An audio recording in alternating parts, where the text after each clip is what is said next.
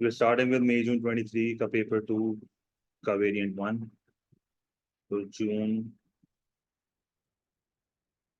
2023 paper 2 variant 1। सही है। तो सेक्शन सी हम टारगेट कर रहे हैं। तो सेक्शन सी जो है वो हमारा मैक्रो होता है। Answer any one question. तो आपको एक बंच सेलेक्ट करना होगा, और वाला सिनेरियो चल रहा है, तो कोई एक आपको करना होगा दोनों में से। हम सारे डिस्कस कर रहे हैं अभी। तो क्वेश्चन 4 का जो है हम पार्ट ए करने लगे हैं। अच्छा, इस पेपर का सेक्शन है we have already discussed unemployment वाली डेटा रिस्पॉन्स की। तो ये इसका क्वेश्चन 4 का पार्ट ए है। बड़ा ही आसान सा सवाल लग रहा है। देखो क्वेश्चन में क्या लिखा हुआ है, ऐसे with the help of an AD and AS diagram, और ब्रैकेट में एस लिखा हुआ है। इसका मतलब आप मल्टीपल डायग्राम बनानी चाहिए। ना भी लिखा हुआ हो तो आप फिर भी बनाते। Explain cost push inflation and demand pull inflation in an economy. तो पहले आपको जो है वो AO1 में वो मार्क्स दे रहा है डिमांड पुल और कॉस्ट पुश के, और फर्दर एनालिसिस में आपको जो मार्क्स मिलेंगे वो उसको फर्दर एक्सप्लेन करने के मिलेंगे। फिर उसके आगे जो क्या कह रहा है, consider in what circumstances one may be more damaging than the other. तो फिर आपको AO2 में ये भी बताना है कि what are the disadvantages of demand pull and cost push inflation, और फिर एंड में आपको बताना है कि दोनों में से कौन सा ज्यादा हार्मफुल है। तो क्या स्टेप्स हुए, पहले मुझे जो है वो demand pull and cost push समझाना है, होता क्या है। फिर मुझे जो है वो ग्राफिकली समझाना है, एनालिसिस करनी है एग्जाम्पल के साथ। फिर मुझे बताना है कि दोनों के डिसएडवांटेज क्या हैं, और फिर मुझे जो है वो बताना है कि दोनों में से ज्यादा डैमेजिंग कौन सा हो सकता है। तो AO1 और AO2 में जो है मैं खाली उसको डिस्कशन करूंगा, और AO3 में जाके मैं उसको बताऊंगा कौन सा ज्यादा डैमेजिंग होगा। पहले ये चीज। तो आप सबसे पहले जो है वो इस सवाल में क्या करोगे, अगर हम इसकी डिटेल्ड मार्किंग स्कीम बनाएं, तो सबसे पहले जो है वो आपको डिफाइन करना पड़ेगा कॉस्ट पुश इन्फ्लेशन को। सबसे पहले जो है वो आप उसको डिफाइन करोगे कॉस्ट पुश इन्फ्लेशन के। कॉस्ट पुश इन्फ्लेशन होती क्या है। तो कॉस्ट पुश इन्फ्लेशन क्या होती है कि जब एक इकोनॉमी में जो है वो कॉस्ट ऑफ प्रोडक्शन बढ़ जाती है। अब बहुत रीजन इसकी होती हैं, हमको ये एक मिसाल जो है वो ग्राफ के साथ उसको समझा रहे होंगे, मैं आपको बताऊंगा वो चीज। सही है। तो फिर जो है आप उसको बताओगे कि जब कॉस्ट ऑफ प्रोडक्शन बढ़ती है तो उस कॉस्ट ऑफ प्रोडक्शन के बढ़ने से जो short run aggregate supply, most important short run aggregate supply, तो शॉर्ट रन एग्रीगेट सप्लाई जो है वो आपका कम हो जाता है। और उस शॉर्ट रन एग्रीगेट सप्लाई के कम होने की वजह से जो है वो आपकी इकोनॉमी में शॉर्टेज होती है, और उस शॉर्टेज की वजह से जो है वो आपकी प्राइस लेवल बढ़ जाती है। तो ये आपकी कॉस्ट पुश इन्फ्लेशन का इंट्रोडक्शन होगा। फिर जो है वो आपने उसको यहाँ पर बताया डिमांड पुल इन्फ्लेशन। और डिमांड पुल इन्फ्लेशन क्या होती है, डिमांड पुल इन्फ्लेशन भी शॉर्टेज की वजह से होती है, क्योंकि प्राइस बढ़ती ही शॉर्टेज की वजह से। यहाँ पर आप क्या बोलोगे, डिमांड पुल इन्फ्लेशन कब होती है, when the increase in aggregate demand is not met by an increase in aggregate supply। तो when AD exceeds aggregate supply, economy में जो है वो शॉर्टेज हो जाती है, और उसकी वजह से प्राइस लेवल जो है वो बढ़ जाता है। मोस्ट इंपॉर्टेंट, मैक्रो के ग्राफ्स में प्राइस लेवल लिखना जरूरी है। अगर नहीं लिखा मार्क्स काट देगा, सिर्फ प्राइस लिखोगे मार्क्स काट देगा। एग्जामिनर रिपोर्ट में मेंशन्ड है ये चीज। तो आपने जो है वो वाई एक्सिस पे सबसे पहले लिखना है प्राइस लेवल, और यहाँ पर आपको क्वांटिटी नहीं लिख देना, यहाँ पर आपने लिखना है रियल GDP। ओरिजिन लगाने की जरूरत नहीं होती मैक्रो के ग्राफ्स में। आपने जो है वो फिर यहाँ पर एक्समैन बनाया, और उस एक्समैन के थ्रू जो है वो यहाँ पर आपने पहले लिखा शॉर्ट एंड एग्रीगेट सप्लाई, यहाँ पर आपने लिखा एग्रीगेट डिमांड, ये आपका आ गया मैक्रो इकोनॉमिक इक्विलिब्रियम, ये आ गया प्राइस लेवल, ये आ गया रियल GDP का वैल्यू, और ये आ गई इक्विलिब्रियम ई। फिर आपने क्या करा, आपने जो है वो शॉर्ट रन एग्रीगेट सप्लाई को पीछे की तरफ जो है वो शिफ्ट कर देना है। और जैसे ही शॉर्ट रन एग्रीगेट सप्लाई जो है वो पीछे की तरफ शिफ्ट होगा, आपने फिर उसको बताना है कि देखो शॉर्टेज की वजह से प्राइस बढ़ गई, और कॉस्ट पुश इन्फ्लेशन जो है वो रियल GDP को कम कर देता है। तो हमें यहीं से एक हिंट मिल चुकी है कि मुझे इवैल्यूएशन में किस बारे में बात करनी है। क्लियर है ये चीज। तो ये मेरी जो है वो आंसर की फिगर 1 होगी, जहां पर मैं उसको कॉस्ट पुश का डायग्राम, अब ये डायग्राम जो मैंने बनाया ना ये AO1 का पार्ट है। जब मैं इसको समझाऊंगा तो ये एनालिसिस का पार्ट होगा। क्लियर है ये चीज। फिर इसी तरीके से आप एक और डायग्राम बनाओगे जिसमें आप डिमांड पुल इन्फ्लेशन बनाओगे, तो आपके पास एक ये वाला ऑप्शन है। दूसरा ऑप्शन आपके पास है कि आप ऐसा ही सिमिलर डायग्राम बनाओ और AD को राइट पर शिफ्ट करके दिखा दो। दो ऑप्शन है आपके पास। या तो आप LRAS वाली डायग्राम बना के AD को राइट पर कॉन्स्टेंटली शिफ्ट करो और उसको डिफ्लेशनरी गैप वगैरह वाले सिनेरियोज बताओ। या तो आप एक शॉर्ट रन एग्रीगेट सप्लाई वाला ग्राफ बनाओ और उसमें एग्रीगेट डिमांड को राइट पर शिफ्ट कर दो। क्लियर है ये चीज। अब जो है ना आप क्या करोगे कि कॉस्ट पुश और डिमांड पुल की एग्जांपल देते हुए डायग्राम्स को एक्सप्लेन करोगे, और साथ में डैमेजिंग इफेक्ट्स भी बताओगे। ये AO2 वाला हमारा सेगमेंट अब स्टार्ट हो रहा है। सही है। तो आप कॉस्ट पुश की एग्जांपल, डिमांड पुल की एग्जांपल, दोनों के डैमेजिंग इफेक्ट्स, और साथ में ग्राफ को समझाएंगे। देखो ग्राफ को अलग से समझाना इतना नहीं होता कि SRAS से SRAS बन जा रही है, ई से E1 आ रहा है, P से P1 जा रहा है, Y से Y1 जा रहा है, बस मेन एलिमेंट समझा दो, सवाल का फोकस प्राइस के ऊपर है, तो आप जो है वो उसकी प्राइस के थ्रू बता दो। क्लियर है ये चीज? कोई मसला? कॉस्ट पुश इन्फ्लेशन में बेटा कॉस्ट की वजह, कॉस्ट के बढ़ने से इन्फ्लेशन आती है, और जब कॉस्ट बढ़ती है तो शॉर्ट एंड एग्रीगेट सप्लाई पे इम्पैक्ट आ रहा होता है। क्लियर है? बहुत बेसिक सा कॉन्सेप्ट है ये, काइंडली रिवाइज करें चीजों को। आपने जो है वो सबसे पहले उसको बताना है कॉस्ट पुश इन्फ्लेशन के बारे में। आपने कॉस्ट पुश इन्फ्लेशन उसके ऊपर डिफाइन वगैरह तो कर दिया, अब आप उसको विद एग्जांपल समझा रहे होगे, तो आप कॉस्ट पुश इन्फ्लेशन समझाओ। कैसे समझाओगे? आप जो है ना उसको करेंसी की डेप्रिसिएशन से समझा दो, ये एक आसान तरीका होता है। सही है। आप जो है वो रॉ मटेरियल की प्राइस बढ़ा के भी दिखा सकते थे, आप ट्रेड यूनियन वाली एग्जाम्पल भी लिख सकते थे, मैं एक अच्छी एग्जाम्पल लिख रहा हूँ डेप्रिसिएशन वाली, आपको जो आसान लेके आप वो लिख लेना। आप उसको बोलो कि भाई डेप्रिसिएशन की वजह से जो है वो इंपोर्ट की प्राइस बढ़ जाती है, जिसकी वजह से इंपोर्ट की क्वांटिटी कम से गिर रही है। इसका मतलब यहाँ पर मैं अज्यूम कर रहा हूँ कि जब मेरी करेंसी की वैल्यू गिर रही है और मुझे इंपोर्ट्स महंगे पड़ रहे हैं, तो मैं जो चीज इंपोर्ट कर रहा हूँ वो कौन सी चीज इंपोर्ट कर रहा हूँ? मैं एक रॉ मटेरियल इंपोर्ट कर रहा हूँ। और रॉ मटेरियल जब अपन इंपोर्ट करते हैं तो ये एक ऐसी चीज होती है जिसकी डिमांड इनएलास्टिक होती है, आप मजबूरी में इंपोर्ट कर रहे होते हो, और जब मजबूरी में आप इंपोर्ट कर रहे हो तो प्राइस बढ़ भी जाएगी तो आप फिर भी खरीदोगे, तो आपका इंपोर्ट का जो एक्सपेंडिचर है वो बढ़ जाएगा। जैसे ही आपका इंपोर्ट का एक्सपेंडिचर बढ़ेगा, आपको रॉ मटेरियल जो है वो महंगा पड़ रहा है, तो आपकी कॉस्ट बढ़ जाएगी। और ये वो पॉइंट है जहां से आप डायग्राम को लिंक करना स्टार्ट कर दोगे अपनी एक्सप्लेनेशन के साथ। आप बोलोगे एज शोन इन फिगर 1, जैसे ही कॉस्ट बढ़ी, उस कॉस्ट के बढ़ने से जो है वो शॉर्ट एंड एग्रीगेट सप्लाई कम हो गया, और उस शॉर्ट एंड एग्रीगेट सप्लाई के कम होने की वजह से जो है वो इकोनॉमी में शॉर्टेज वाला सिनेरियो हो गया, जिसकी वजह से हमारी इकोनॉमी में जो है वो प्राइस लेवल बढ़ने लग गई है। अब देखो डायग्राम में साथ साथ समझाता जा रहा हूँ। प्राइस लेवल बढ़ने लगी, और उस प्राइस लेवल के बढ़ने की वजह से जो है वो हमारी इकोनॉमी का जो रियल जीडीपी है वो वहां पर कम हो गया। ग्राफ में ये सारी चीजें हमें दिख रही होंगी, आप देख लो। शॉर्ट टर्म एग्रीगेट सप्लाई कम भी हो रही है, प्राइस लेवल जो है वो बढ़ भी रहा है, रियल जीडीपी जो है वो कम भी हो रही है। आप खुद ग्राफ को देखो, शॉर्ट टर्म एग्रीगेट सप्लाई कम भी हो रहा है, प्राइस भी बढ़ रही है, रियल जीडीपी जो है वो कम भी हो रही है। क्लियर है ये चीज? बेटे जाहिर सी बात है, जब आप डायग्राम बना रहे हो ना तो फिर आपको लाजमी तौर पे साथ में कॉज बताना है, वरना एनालिसिस से मार्क कट जाएंगे आपके, वरना आप डायग्राम को लिंक कैसे करोगे आंसर से। क्लियर है ये चीज? अब आप उसको साथ में डैमेजिंग इफेक्ट्स बता दो, बस एक कॉज बताएंगे। अब डैमेजिंग इफेक्ट्स में अलग कलर से यहाँ पर कर रहा हूँ, डैमेजिंग इफेक्ट्स क्या होंगे? मुझे साफ साफ दिख रहा है कि रियल जीडीपी कम हो गई है। रियल जीडीपी कम होने का मतलब है जैसे ही फर्म्स की कॉस्ट बढ़ेगी। अब ये मैं डैमेजिंग इफेक्ट्स बता रहा हूँ, मैं यहाँ पर लिख देता हूँ। मैं यहाँ पर जो है वो डैमेजिंग इफेक्ट्स बता रहा हूँ ऑफ कॉस्ट पुश इन्फ्लेशन। भाई जैसे ही प्रोड्यूसर की कॉस्ट बढ़ती है तो वो कॉस्ट बढ़ने की वजह से उसके जो प्रॉफिट्स होते हैं ना वो कम हो जाते हैं। अब उस प्रॉफिट को मेंटेन करने के लिए जो है वो वर्कर्स को ले ऑफ करता है। वो वर्कर्स को जैसे ही ले ऑफ करता है, जाहिर सी बात है, देखो दिख रहा है रियल जीडीपी कम हो रही है, वो वर्कर्स को जब ले ऑफ करता है तो इसकी वजह से जो है वो इकोनॉमी में अनएम्प्लॉयमेंट जो है वो क्या होती है भाई? बढ़ जाती है।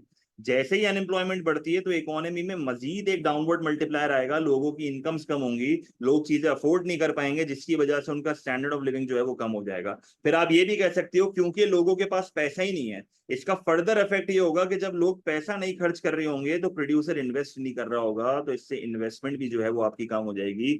आप इससे ये भी कह सकते हो कि भाई आपकी इकोनॉमी में हो सकता है कि आप एक पॉइंट पे आके जो है वो रिसेशन में एंटर कर जाओ। एक पॉइंट में आके जो है आप रिसेशन में एंटर कर सकते हो, तो आप उसको क्या बोलोगे कि भाई गवर्नमेंट के दो ऑब्जेक्टिव्स में मसले हो रहे हैं यहाँ पे। पहला ऑब्जेक्टिव जो इशू क्रिएट कर रहा है वो फुल एम्प्लॉयमेंट वाला है, जो कि नहीं अचीव हो रहा। इकोनॉमिक ग्रोथ का ऑब्जेक्टिव भी अचीव नहीं हो रहा। तो आपने बहुत इसको कंसाइज तरीके से डैमेजिंग इफेक्ट जो है वो बता दिए, ग्राफ के साथ, हर चीज के साथ, एक ही पैराग्राफ में सब हो गया आप। और बहुत डिसएडवांटेजेस आप लिख सकते हो, पर मैं बिल्कुल आपको स्पेसिफिक टू द क्वेश्चन बताना चाह रहा हूँ। फिर उसके बाद जो है आप क्या बताओगे? फिर उसके बाद आपका जो सेगमेंट अब स्टार्ट होने लगा है ना, वो कौन सा सेगमेंट स्टार्ट होने लगा है? अब आप यहाँ पर बात करोगे डिमांड पुल इन्फ्लेशन की, तो मैं नेक्स्ट पेज के ऊपर जो है वो डिमांड पुल इन्फ्लेशन की अब बात कर रहा हूँ।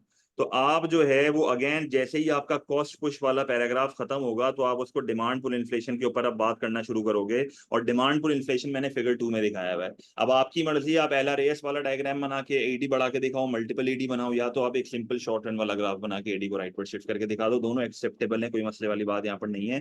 8 मार्क का क्वेश्चन है, मसला नहीं होगा।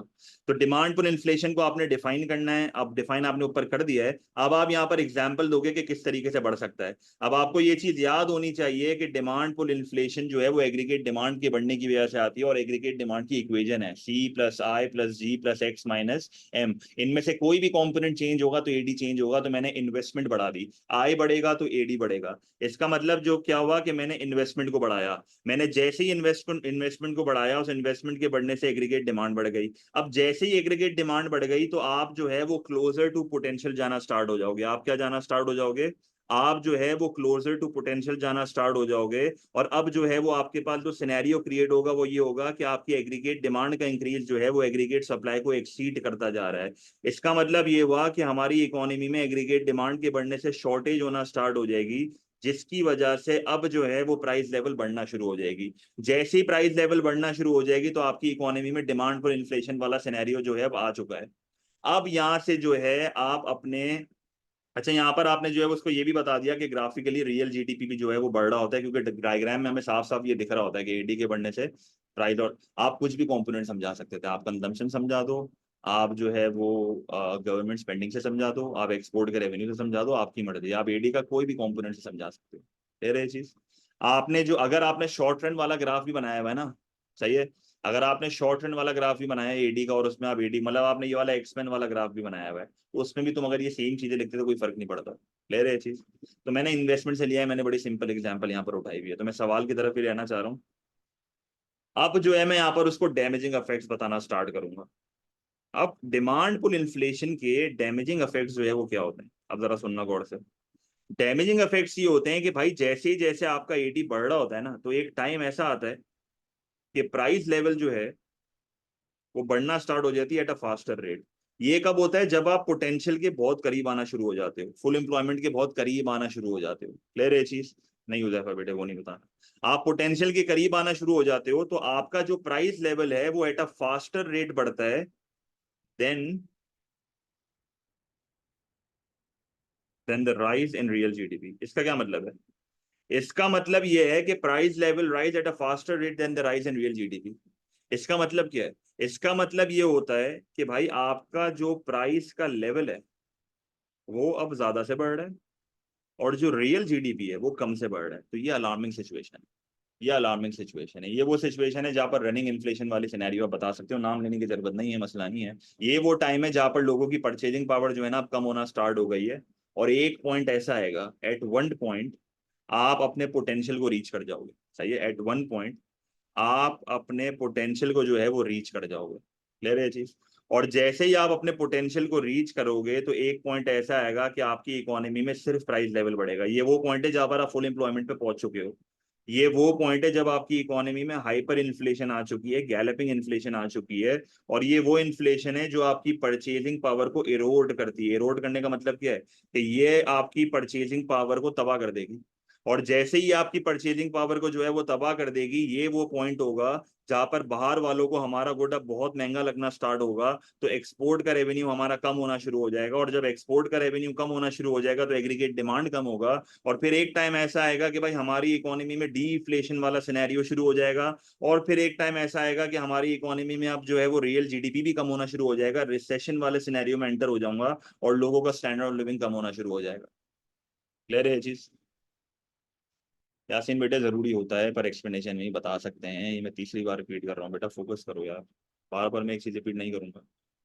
सही है, तो रिसेशनरी इफेक्ट जो है वो आपका यहाँ पर आ रहा है। क्लियर है ये चीज? अब आपको बताना है कि दोनों में से कौन सा ज्यादा डैमेजिंग है, दोनों में से कौन सा ज्यादा डैमेजिंग है। अच्छा, इस एक्सप्लेनेशन के थ्रू मैं ग्राफिकल एक्सप्लेनेशन भी उसको दे रहा हूँ साथ साथ। अब मुझे आपको ये बताना है कि कौन सा, नहीं बताएंगे यासीन बेटा, कौन सा ज्यादा डैमेजिंग है, कॉस्ट पुश और डिमांड पुल इन्फ्लेशन में से कौन सा ज्यादा डैमेजिंग है फॉरेन इकोनॉमी। सही है, आप वन साइडेड यहाँ पर नहीं जा सकते, आप वन साइडेड यहाँ पर नहीं जा सकते। अगर आप अभी भी वन साइडेड जा रहे हो ना तो बेटे बहुत बुरे हाल है आपके, आपको डिपेंड्स पे कहानी डालनी है, और बड़ा अच्छा इवेल्युएशन यहाँ पर बन सकता है। क्लियर है ये चीज? आप उसको सिंपली ये बोलोगे कि भाई ये इकोनॉमिक कंडीशन पे डिपेंड करता है, ये इकोनॉमिक कंडीशन पे डिपेंड करता है। देखो, अगर एक इकोनॉमी पोटेंशियल के करीब है तो demand pull inflation is more damaging, पर अगर एक इकोनॉमी रिसेशन में तो उस टाइम पे cost push inflation is more damaging. क्या बोलोगे आप उसको? आप बोलोगे कि ये इकोनॉमिक कंडीशन पे डिपेंड करता है। अगर एक economy high levels of economic growth पे and economy is near the potential, तो उस टाइम पे demand pull inflation is more damaging because it might lead to hyper inflation. पर अगर एक इकोनॉमी ऑलरेडी रिसेशन में, डिफ्लेशन वाले सिनेरियो में, उस पॉइंट पे अगर कॉस्ट पुश इन्फ्लेशन आ जाएगी ना, तो वो ज्यादा हार्मफुल होगा, क्योंकि मजीद इकोनॉमी कॉन्ट्रैक्ट कर जाएगी। और आप यहाँ पर ये भी लिख सकते हो कि कॉस्ट पुश इन्फ्लेशन उन कंट्रीज के लिए ज्यादा डैमेजिंग होता है जो दूसरी कंट्रीज पे डिपेंडेंट होता है। क्योंकि अगर आप दूसरी कंट्री पे डिपेंडेंट हो ना फॉर रॉ मटेरियल, तो अगर आपकी करेंसी गिर जाएगी या उसकी कंट्री में इन्फ्लेशन आ जाएगी, तो घूम फिर के आपके ऊपर ही इफेक्ट आ रहा होगा।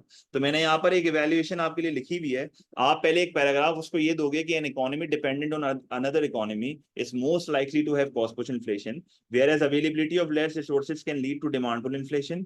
A rise in aggregate demand can cause demand pull inflation as aggregate supply will not be able to rise sufficiently। मैंने उसको एक इंट्रोडक्शन टाइप चीज दे दी, और फिर मैंने अपने आंसर को कंक्लूड करा कि cost push inflation will be more damaging in the short run, considering demand being inelastic for imported goods, while demand pull inflation will be harmful in the long run as the economy operates at full employment, leading to hyperinflation।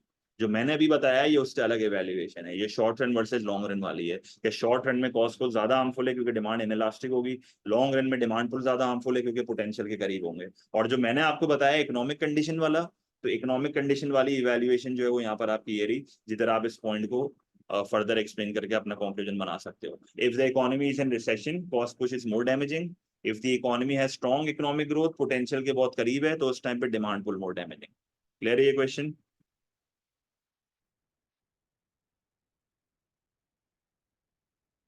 Depends on deflationary gap भी लिख सकते हो।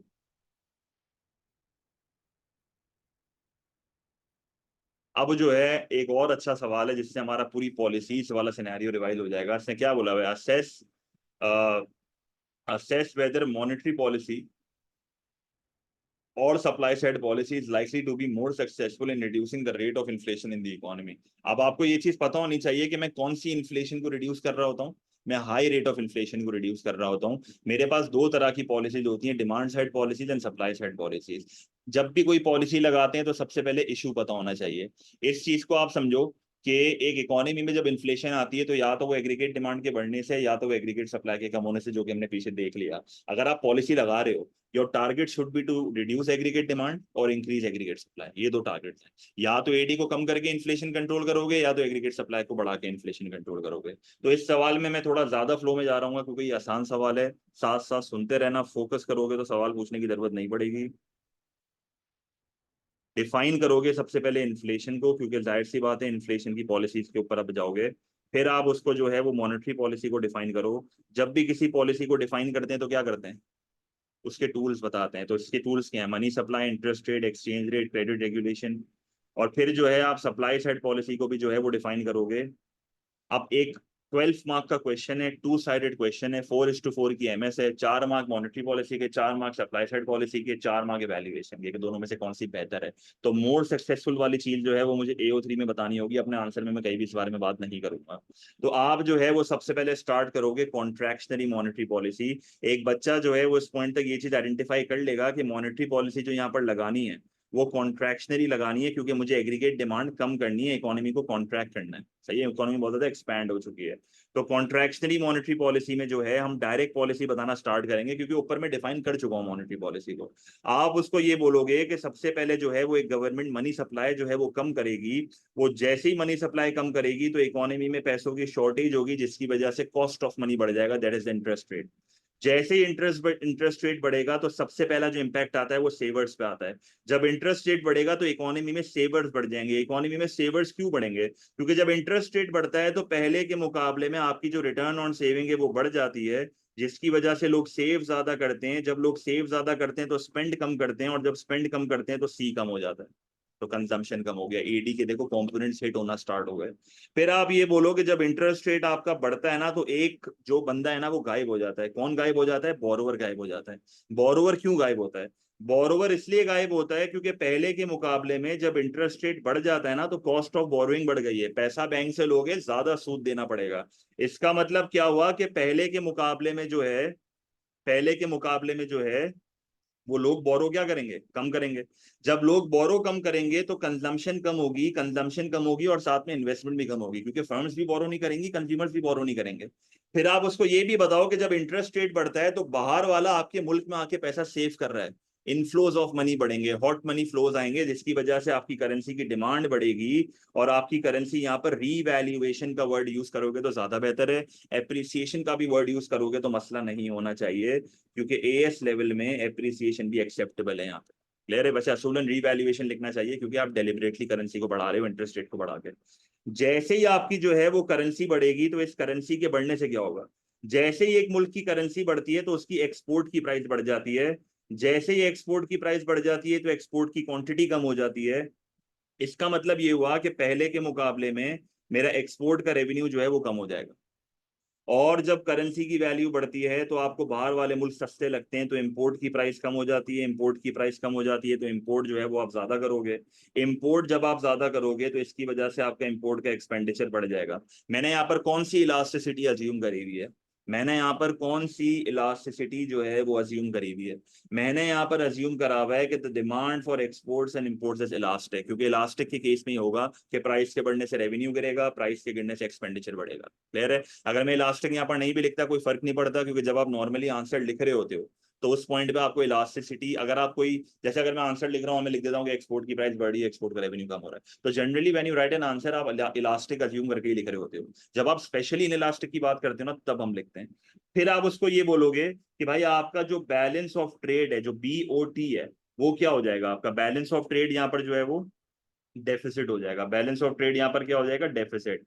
Deficit का मतलब क्या है कि आपका इंपोर्ट का एक्सपेंडिचर एक्सीड कर रहा है एक्सपोर्ट के रेवेन्यू को। क्लियर है ये चीज, इंपोर्ट का एक्सपेंडिचर एक्सपोर्ट के रेवेन्यू को एक्सीड कर रहा है। अब यहाँ पर आपकी चेन क्या बनेगी, अब आपने जो है वो उसको अब एक्चुअली बताना है कि एडी किस तरीके से कम हुआ है। आप उसको बोलो कि भाई सी भी कम हो गया, आई भी कम हो गया, एक्स माइनस एम भी कम हो गया, और जो है वो आपका एंड में जब ये सारी चीजें कम हुई तो एडी भी कम हुआ।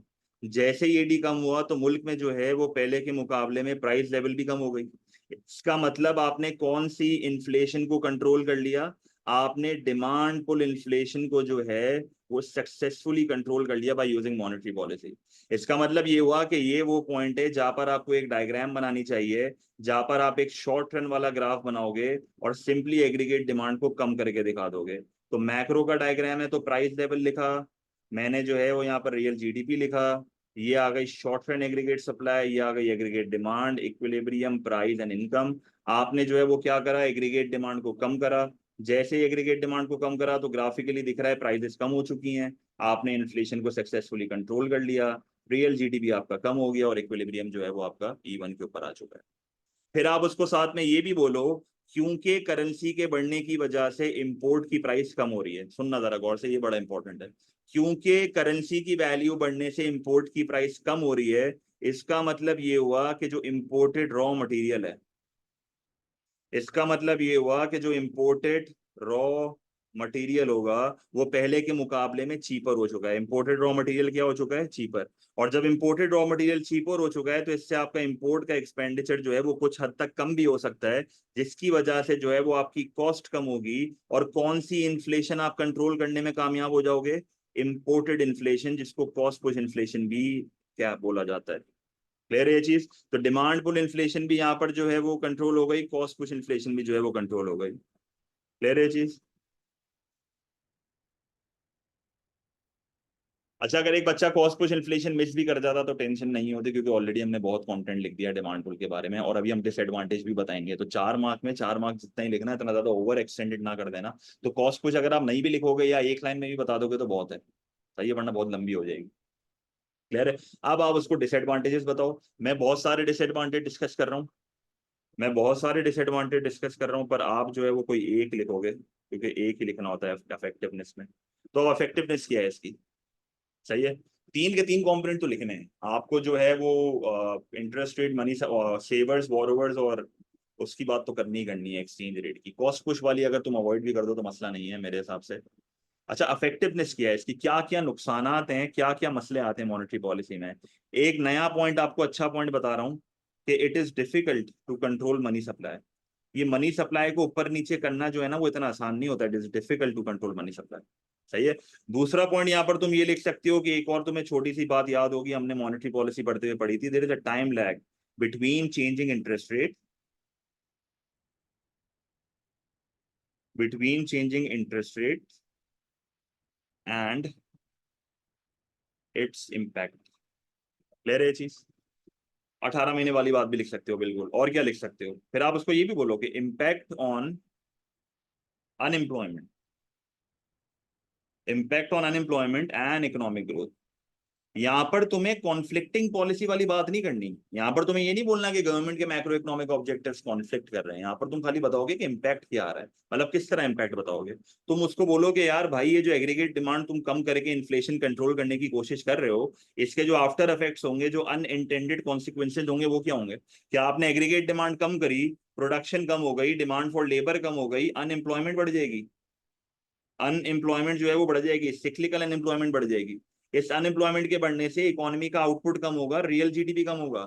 ऐसा ना हो जाए कि आपकी इकोनॉमी में नेगेटिव ग्रोथ शुरू हो जाए। सही है? तो नेगेटिव ग्रोथ होगी तो मामला जो है वो खराब हो जाएंगे, और फिर आपकी इकोनॉमी में जो है वो फाइनली यहाँ पर फिर रिसेशन आ सकता है। तो फिर बहुत ज्यादा बैकफायर कर सकती है आपकी पॉलिसी यहाँ पे। क्लियर है ये चीज?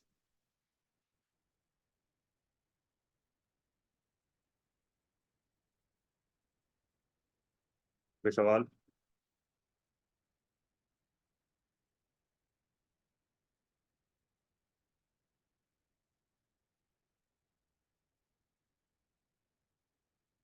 अच्छा भाई, अब दूसरी पॉलिसी बतानी है। दूसरी पॉलिसी आप कौन सी बताओगे? दूसरी पॉलिसी सवाल में लिखी हुई है सप्लाई साइड पॉलिसी। कह रहे हैं कि सप्लाई साइड पॉलिसी। तो अब यहाँ पर आप उसको सप्लाई साइड पॉलिसी के बारे में इंफॉर्मेशन दोगे। अब सप्लाई साइड पॉलिसी के बारे में क्या इंफॉर्मेशन दोगे? आप उसको बोलोगे भाई सप्लाई साइड पॉलिसी में ऊपर डिफाइन तो कर चुका हूँ कि भाई ये short run aggregate supply supply बढ़ाने में काम आती है, ये लॉन्ग रन एग्रीगेट सप्लाई बढ़ाने में काम आती है। सप्लाई साइड पॉलिसी जो है वो एक कंट्री के प्रोडक्टिव पोटेंशियल को बढ़ाने में जो है वो काम आती है। तो यहाँ पर आप उसको मल्टीपल टूल्स बता सकते हो। आप उसको क्या टूल्स बताओगे? आप उसको बोलो कि भाई अगर आप सप्लाई साइड पॉलिसी लगा रहे हो तो आप जो सबसे पहली और अच्छी पॉलिसी यहाँ पर लगा सकते हो, जो कि समझाना भी बहुत आसान है, वो एजुकेशन एंड ट्रेनिंग है। भाई बड़ी आसानी से आप समझा सकते हो ये। आप एजुकेशन एंड ट्रेनिंग उसको किस तरीके से समझाओगे? आप उसको बोलो कि भाई एजुकेशन एंड ट्रेनिंग के थ्रू जो है वो आप वर्कर की स्किल्स को बढ़ाओगे। आप जो है वो वर्कर की पहले के मुकाबले में प्रोडक्टिविटी को जो है वो बढ़ाओगे। आप जो है वो वर्कर को प्रोडक्टिव कर दोगे, और जब उसकी प्रोडक्टिविटी जो है वो बढ़ जाएगी तो वो अच्छा काम करेगा, जिसकी वजह से इकोनॉमी में कॉस्ट वगैरह कम होगी और एग्रीगेट सप्लाई जो है वो बढ़ जाएगी। और उस एग्रीगेट सप्लाई के बढ़ने की वजह से जो है वो आपको क्या करना होगा, आपकी इकोनॉमी की जो प्राइस लेवल है वो पहले के मुकाबले में कम होना स्टार्ट हो जाएगी। क्लियर है ये चीज? बिल्कुल फर्दाम डिफाइन आप उधर ही करोगे। फिर आप उसको एक और टूल बता सकते हो। वैसे तो एक ही टूल बताना है, वैसे तो मेरे हिसाब से एक टूल इनफ है अगर आप उसको डिटेल में समझा दो। दूसरा टूल अगर आप उसको समझाना चाह रहे हो, वैसे एग्जामिनर रिकमेंड करता है बच्चा दो टूल बता दे, एक डिटेल में बता दे और एक थोड़ा कम डिटेल में बता दे, तो कवर हो जाएंगे मार्क्स।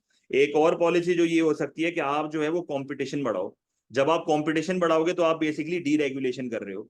डीरेगुलेशन करने का मतलब है कि आप रूल्स एंड लॉस कम कर रहे हो, आप बिजनेसेस खोलने में आसानी पैदा कर रहे हो। जब आप बिजनेस खोलने में आसानी पैदा करोगे ना, तो इससे क्या होगा? इससे जो है वो पहले के मुकाबले में मार्केट में और फर्म्स जो है वो एंटर होगी। मार्केट में और फर्म्स क्या होंगी? एंटर होंगी। जब मार्केट में और फर्म्स एंटर होंगी, कंपटीशन बढ़ेगा। उस कंपटीशन बढ़ने की वजह से जो है वो पहले के मुकाबले में आपकी इकोनॉमी की जो प्राइस लेवल है वो क्या हो जाएगी? आपकी इकोनॉमी की प्राइस लेवल जो है वो कम हो जाएगी। हाउएवर, आप उसको डिसएडवांटेज बता दो कि भाई these policies are quite expensive. आप उसको बता सकते हो कि इन पॉलिसीज की जो है वो अपॉर्चुनिटी कॉस्ट जो होती है। और फिर आप ये भी बता सकते हो कि सबसे बड़ा मसला जो यहाँ पर है वो टाइम लैग का है। आप एक डायग्राम यहाँ पर बना सकते हो जो कि बड़ी सिंपल सी डायग्राम होगी।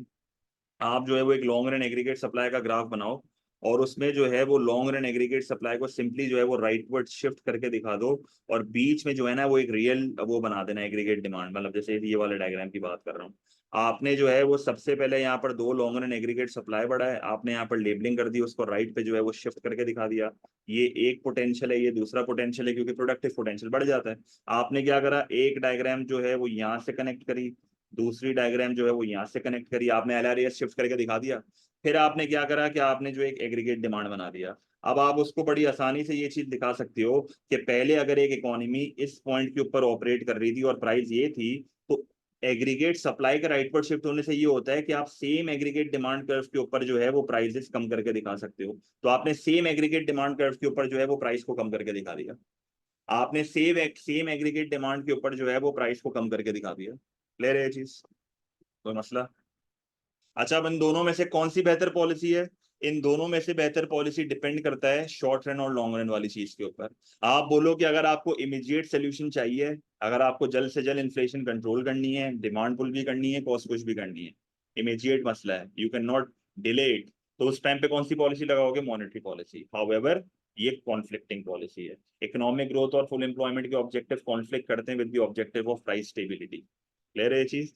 फिर आप बोलो कि अगर आपको बिल्कुल परफेक्ट सोल्यूशन चाहिए, नॉन इन्फ्लेशनरी ग्रोथ चाहिए, नॉन कॉन्फ्लिक्टिंग पॉलिसी चाहिए, आपको इकोनॉमिक ग्रोथ भी चाहिए, फुल एम्प्लॉयमेंट भी चाहिए, प्राइस स्टेबिलिटी भी चाहिए, तो then you need to go with supply side policy. तो ये आपका एक इवैल्यूएशन जो है वो मैंने यहाँ पर लिखा हुआ है आपके लिए।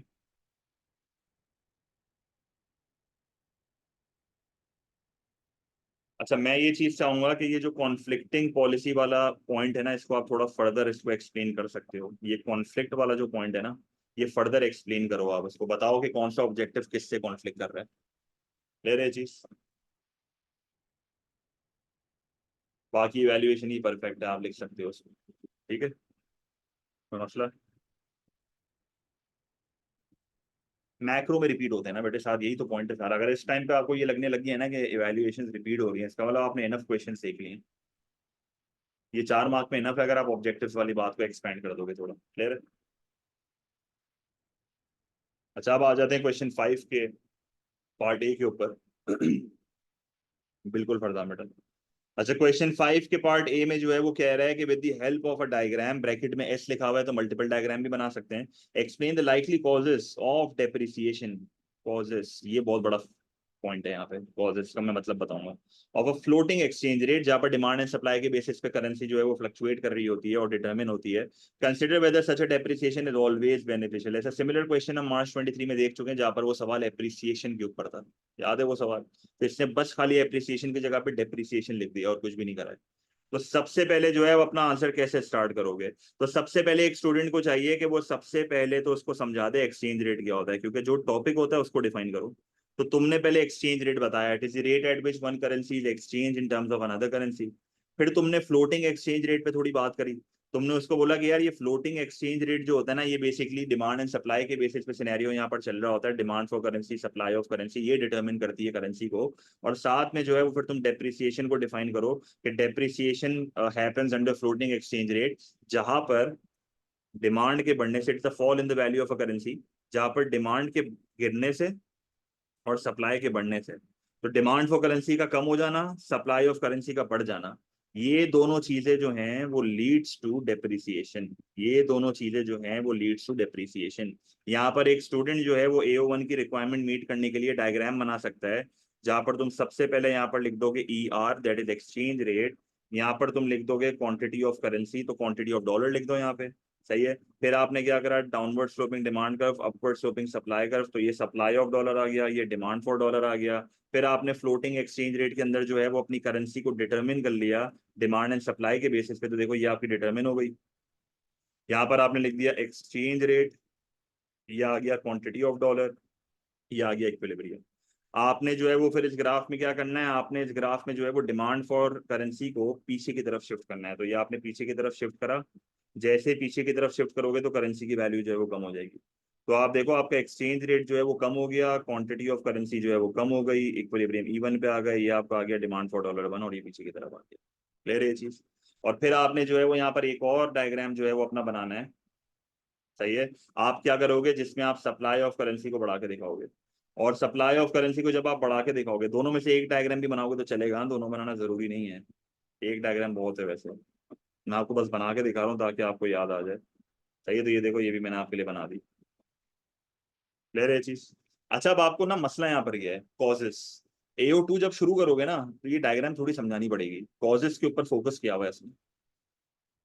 सही है? तो आप क्या करोगे? इन डायग्राम्स को जब आप एक्सप्लेन करोगे, जैसे अगर आप कोई एक डायग्राम बनाते हो और उसको एक्सप्लेन करते हो तो कैसे करोगे? मतलब आप जैसे जो है ना वो यूजिंग फैक्टर्स, मतलब ऐसे कौन से फैक्टर हैं जो डिमांड और सप्लाई ऑफ करेंसी को अफेक्ट करते हैं। जैसे आप जो है वो एग्जांपल ले लो, लेट से मैं कहता हूँ कि एक स्टूडेंट जो है ना वो ये लिख रहा है कि एक कंट्री का एक्सपोर्ट का रेवेन्यू कम हो गया, जिसकी वजह से बाहर वाले जो है वो हमसे माल नहीं खरीद रहे, जिसकी वजह से हमारी डिमांड फॉर करेंसी कम हो गई। और फिर उसने डायग्राम समझा दी। या तो फिर लिख सकते हो कि भाई फॉर सम रीजन एक कंट्री का इंपोर्ट का एक्सपेंडिचर जो है वो बढ़ गया, जिसकी वजह से जो है वो बाहर कंट्री में ज्यादा पैसे जा रहे हैं, अब तो सप्लाई ऑफ करेंसी बढ़ रही है जिसकी वजह से करेंसी डेप्रिशिएट हो गई। तो इस तरीके से एक फैक्टर को यूज करके ना ग्राफ को फर्दर आप एक्सप्लेन कर सकते हो। क्लियर है ये चीज? अब आपको बताना है कि क्या डेप्रिसिएशन बेनिफिशियल होती है कि नहीं होती, तो आप पहले डिस्कशन करोगे फायदा भी है नुकसान भी है, और फिर एंड में अपने आंसर को कंक्लूड करोगे कि ओवरऑल क्या है। ठीक है, तो किस तरह लिखोगे? डेप्रिसिएशन के फायदे नुकसान डिस्कस कर रहे हैं, तो आप बोलोगे जब एक करेंसी डेप्रिशिएट होती है, अब ये बहुत बार हम ऐसे सिमिलर क्वेश्चंस कर चुके हैं, जब डेप्रिसिएशन होती है तो एक्सपोर्ट की प्राइस क्या होती है? बिल्कुल सही कह रहा है बेटा, इकोनॉमिक ग्रोथ। एक्सपोर्ट की प्राइस कम होगी, पर पहले मैं पहले एक एक नुकसान बता रहा हूँ। एक्सपोर्ट की प्राइस कम होगी जिसकी वजह से एक्सपोर्ट की क्वांटिटी जो है वो बढ़ जाएगी, जिसकी वजह से एक्सपोर्ट का रेवेन्यू जो है वो बढ़ जाएगा। इंपोर्ट की प्राइस जो है वो बढ़ जाती है, तो इंपोर्ट की क्वांटिटी जो है वो कम हो जाएगी, जिसकी वजह से जो है वो इंपोर्ट का जो आपका बेसिकली एक्सपेंडिचर है वो पहले के मुकाबले में क्या हो जाएगा? कम हो जाएगा। तो यहाँ पर मैंने अज्यूम करा हुआ है डिमांड इज इलास्टिक, तो आपका बैलेंस ऑफ ट्रेड जो है वो यहाँ पर सरप्लस हो जाएगा। क्यों सरप्लस हो रहा है? क्योंकि एक्सपोर्ट का revenue is greater than import का एक्सपेंडिचर। सही है, इंपोर्ट का एक्सपेंडिचर। एग्रीगेट डिमांड जो है वो एग्रीगेट सप्लाई को एक्सीड कर रही है, इसका मतलब इकोनॉमी में जो है वो प्राइस लेवल बढ़ना स्टार्ट हो जाएगी।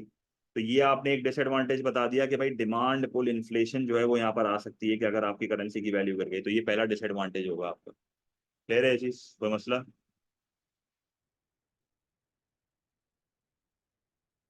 ठीक है, फिर उसके बाद, फिर आप उसके बाद जो है ना वो उसको फायदा बताओ। ये नुकसान बता दिया, अब फायदा बताओ। फायदा क्या है? फायदा ये है कि भाई क्योंकि आपका बैलेंस ऑफ ट्रेड सरप्लस हो रहा है, फायदा ये है कि क्योंकि आपका बैलेंस ऑफ ट्रेड सरप्लस हो रहा है, तो इससे जो है वो एग्रीगेट डिमांड बढ़ रही है, एग्रीगेट डिमांड के बढ़ने से जो है वो प्रोडक्शन बढ़ती है, इस प्रोडक्शन के बढ़ने की वजह से डिमांड फॉर लेबर बढ़ेगा, डिमांड फॉर लेबर बढ़ेगा तो आपकी इकोनॉमी में जो है वो अनएम्प्लॉयमेंट, सिक्लिकल अनएम्प्लॉयमेंट जो है वो कम हो रही होगी, जिसकी वजह से आपकी इकोनॉमी में इनकम्स बढ़ेंगी, रियल जीडीपी बढ़ेगा। तो यहाँ पर आप ये कह सकते हो कि जब इकोनॉमी में लोगों की इनकम्स बढ़ रही हैं तो उनके स्टैंडर्ड ऑफ लिविंग जो है वो बढ़ेंगे, और फिर आप बोलो कि गवर्नमेंट के दो मैक्रो इकोनॉमिक ऑब्जेक्टिव यहाँ पर एक साथ अचीव हो जाएंगे, that is full employment and economic growth. सही है, और ये कॉन्फ्लिक्ट किससे मार रहा है? ये कॉन्फ्लिक्ट यहाँ पर मार रहा है प्राइस स्टेबिलिटी के ऑब्जेक्टिव से। क्लियर है चीज? अच्छा, अब एक और पॉइंट हम यहाँ पर लिख सकते हैं जो कि आप लोग काफी मुझे बता रहे हो, कॉस्ट पुश इन्फ्लेशन का, तो कॉस्ट पुश इन्फ्लेशन का पॉइंट हम लिख सकते हैं, पर मेरे ख्याल में इतना कंटेंट इनफ है फॉर एन 8 मार्कर। अगर आप AO1 AO2 की बात करो, कॉस्ट पुश इन्फ्लेशन का पॉइंट आप कैसे समझाओगे? आप उसको ये बोल सकते हो कि भाई क्योंकि करेंसी की वैल्यू गिर रही है तो इंपोर्ट की प्राइस बढ़ेगी, और जो आपका इंपोर्टेड रॉ मटेरियल होगा, जो आपका इंपोर्टेड रॉ मटेरियल होगा वो क्या हो जाएगा? एक्सपेंसिव। और इन चीजों की डिमांड जो है वो जनरली क्या होती है? इनइलास्टिक। इसका मतलब क्या हुआ कि इंपोर्ट की क्वांटिटी गिरेगी, पर बहुत कम से गिरेगी। इसका मतलब आपका इंपोर्ट का जो एक्सपेंडिचर है यहाँ पर बढ़ जाएगा। इसका मतलब ये हुआ कि आपकी कॉस्ट जो है वो बढ़ गई, शॉर्ट रन एग्रीगेट सप्लाई कम हो जाएगा, जिसकी वजह से जो है इकोनॉमी में शॉर्टेज होगी, और इकोनॉमी का जो है वो प्राइस लेवल बढ़ जाएगा। और ये जो इन्फ्लेशन है, इस इन्फ्लेशन को क्या बोलते हैं? Cost push. Demand pull inflation ऐसे आएगी कि एग्रीगेट डिमांड बढ़ रहा है ना due to balance of trade surplus. अच्छा, ओवरऑल हार्मफुल है कि नहीं है? डेप्रिसिएशन के आंसर में हमेशा हम क्या लिखते थे? डेप्रिसिएशन के आंसर में हमेशा एक वैल्यूएशन आती थी खास, बहुत इंपॉर्टेंट वाली एक कंडीशन थी। क्या कंडीशन थी वो? ओवरऑल डेप्रिसिएशन इज हार्मफुल और नॉट, बेनिफिशियल और नॉट, किस पे डिपेंड करता है? ये कंडीशन पे डिपेंड करता है। वो कंडीशन क्या है? वो कौन सी कंडीशन है जिसपे डेप्रिसिएशन की इफेक्टिवनेस होती है? डिपेंड्स ऑन, पीडी से बेहतर एक वर्ड है यहाँ पे, मार्शल लर्नर कंडीशन। सही है। मार्शल लर्नर कंडीशन क्या होती थी? मार्शल लर्नर कंडीशन एक ऐसी कंडीशन है जो कि ये कहती है कि एक्सपोर्ट और इंपोर्ट की जो कंबाइंड इलास्टिसिटीज हैं, एक्सपोर्ट एंड इंपोर्ट की जो कंबाइंड इलास्टिसिटीज हैं, इसका मतलब जो पीईडी है शुड बी ग्रेटर देन 1। सही है। तो पीईडी जो है वो उसका जब ग्रेटर देन 1 होगा, तो बेसिकली एक इकोनॉमिस्ट था एल्फ्रेड मार्शल, जो कि ये कहता था कि अगर डेप्रिसिएशन को सक्सेसफुल करना है तो एक्सपोर्ट और इंपोर्ट की डिमांड जो है ना वो इलास्टिक होनी चाहिए, आपका पीईडी जो है वो मोर देन 1 होना चाहिए। तो बेसिकली ये क्या कह रहा है? डेप्रिसिएशन का होना सिर्फ लॉन्ग रन में बेनिफिशियल होता है, क्योंकि लॉन्ग रन में डिमांड क्या होती है? इलास्टिक। तो जब लॉन्ग रन में आपकी पीईडी मोर देन 1 होगी और आपके प्रोडक्ट की डिमांड इलास्टिक होगी एक्सपोर्ट और इंपोर्ट की, तो उस सिनेरियो में आपका बैलेंस ऑफ ट्रेड जो है वो सरप्लस होता है, जो कि मैं ऊपर आंसर में ही बता चुका हूँ। अगर मैं इसको रिवर्स कर दूंगा ना, अगर मैं पीईडी को इनइलास्टिक कर दूंगा तो बैलेंस ऑफ ट्रेड डेफिसिट हो जाएगा। सही है। तो आपने अपने आंसर को मार्शल एंड कंडीशन पर डाल दिया। अगर मैं कहता हूं कि एक बच्चे के दिमाग में ये कंडीशन नहीं आ रही, ये हमने टर्म्स ऑफ ट्रेड के टॉपिक में देखी थी। और दूसरा पॉइंट आप क्या लिख सकते हो यहाँ पे, मुझे किसी ने बोला था कि भाई पैरेलल डेप्रिसिएशन नहीं होनी चाहिए। अगर पैरेलल डेप्रिसिएशन होगी तो फिर फायदा नहीं है। ये पैरेलल डेप्रिसिएशन नहीं होनी चाहिए। ट्रेड बैरियर्स के ऊपर डिपेंड करता है कि भाई अगर फॉर एग्जांपल मैं कहता हूं कि दूसरी कंट्रीज ने मेरे ऊपर ट्रेड बैरियर लगाया हुआ है, दूसरी कंट्रीज ने मेरे प्रोडक्ट पर टैरिफ लगाया हुआ है, तो मेरी करेंसी की वैल्यू अगर गिर भी जाएगी, मेरा एक्सपोर्ट अगर सस्ता हो भी जाएगा, तो बाहर वाले को फिर भी महंगाई लगेगा अगर उसने प्रोटेक्शनिस्ट पॉलिसीज लगाई हुई, उससे सैंक्शंस लगाए हुए मेरे ऊपर। बिल्कुल। और हमारा नेक्स्ट क्वेश्चन जो है ना वो इसी को कनेक्ट कर रहा है। और नेक्स्ट क्वेश्चन जो है हमारा, फैक्टर्स वही है ना बेटा, आप फैक्टर्स वही है ना, फैक्टर्स वो चीजें होती हैं जो demand and supply of currency को अफेक्ट करती हैं। जैसे मैंने डिमांड फॉर करेंसी को कैसे बढ़ाया, एक्सपोर्ट रेवेन्यू को बढ़ा के, जैसे मैंने पीछे एक एग्जांपल के तौर पे लिखा था ग्राफ समझाते हुए। क्लियर है। अच्छा, लास्ट क्वेश्चन जो हमारा है उससे हमारा प्रोटेक्शनिज्म का टॉपिक जो है वो रिवाइज हो जाएगा। ये क्वेश्चन देख लो, अब आखिरी वाला। Assess whether the arguments for protectionism, ये वही सवाल है जो हमने क्लास में करा था, is protectionism justified, 12th mark का question. Assess whether the arguments for protectionism in the context of international trade are always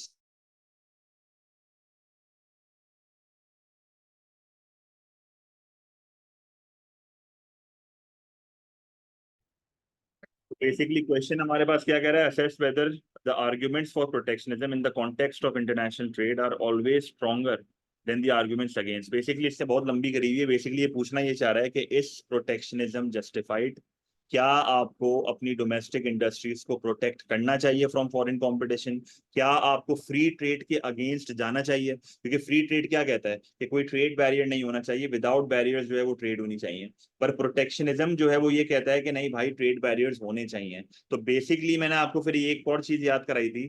वैसे जब देखो, अगर ये हम आंसर स्टार्ट करते हैं तो बेसिकली मैं सबसे पहले डिफाइन करूंगा प्रोटेक्शनिज्म को।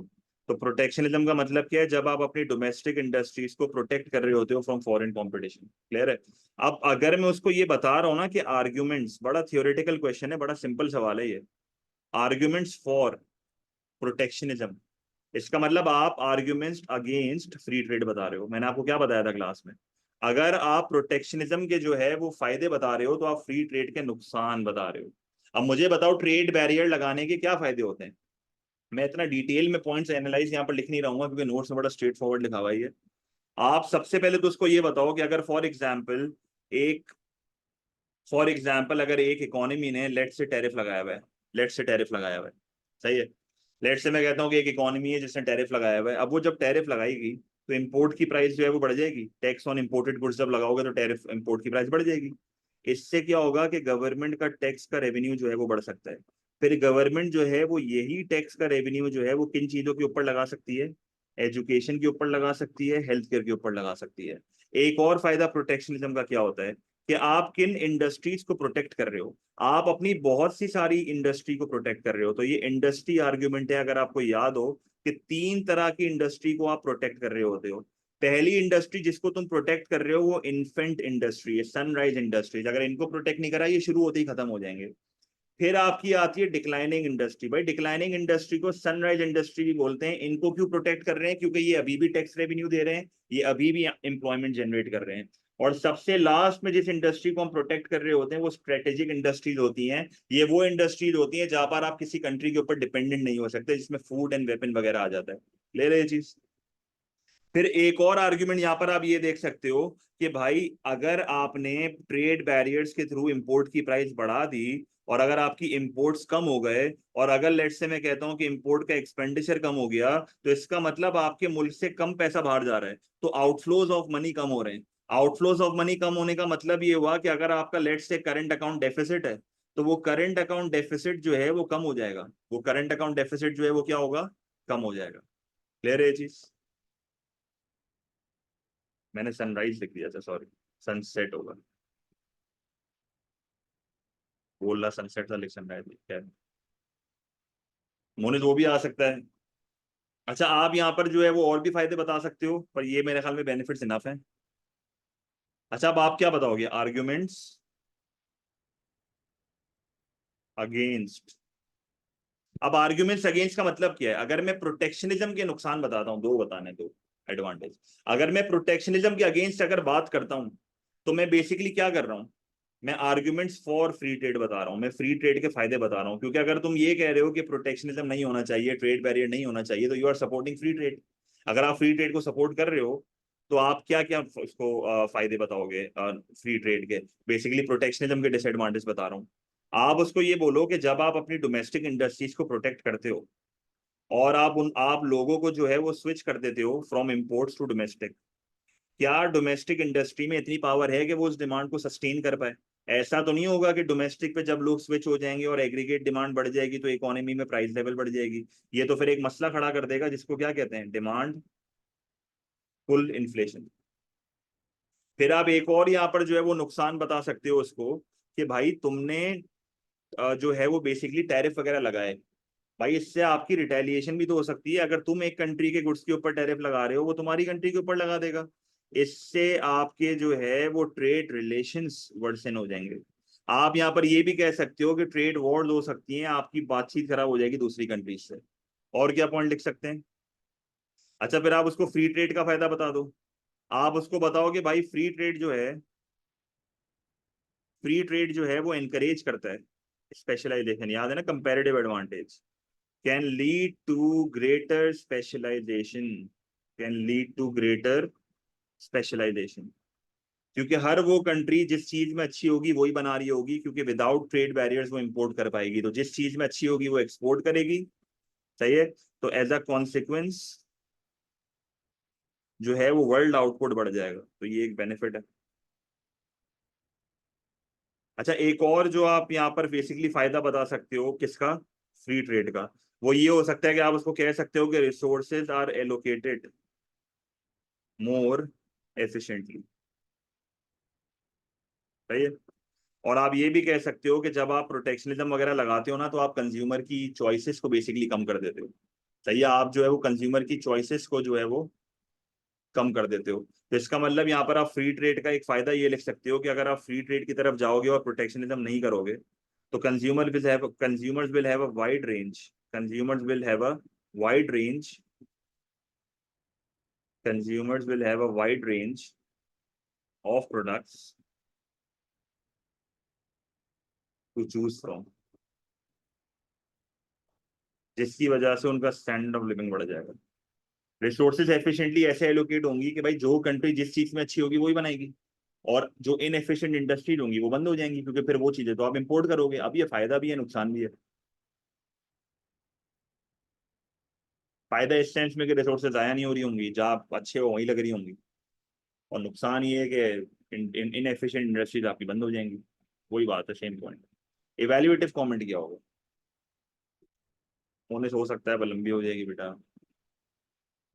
इवेल्युएटिव कमेंट क्या होगा, होनी चाहिए नहीं होनी चाहिए? ये वाहिद ऐसा इवेल्युएशन था मैक्रो में जो कि वन साइडेड था।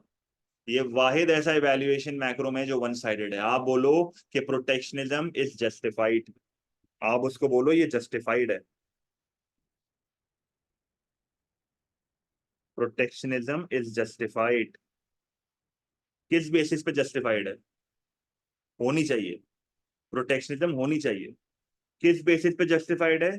यहां पर तुम डंपिंग आर्ग्यूमेंट बताओगे। डंपिंग आर्गुमेंट क्या होती है? जब चाइना जैसी कंट्रीज अपना माल डंप करती हैं इन डेवलपिंग कंट्रीज। डंप करने का मतलब क्या है?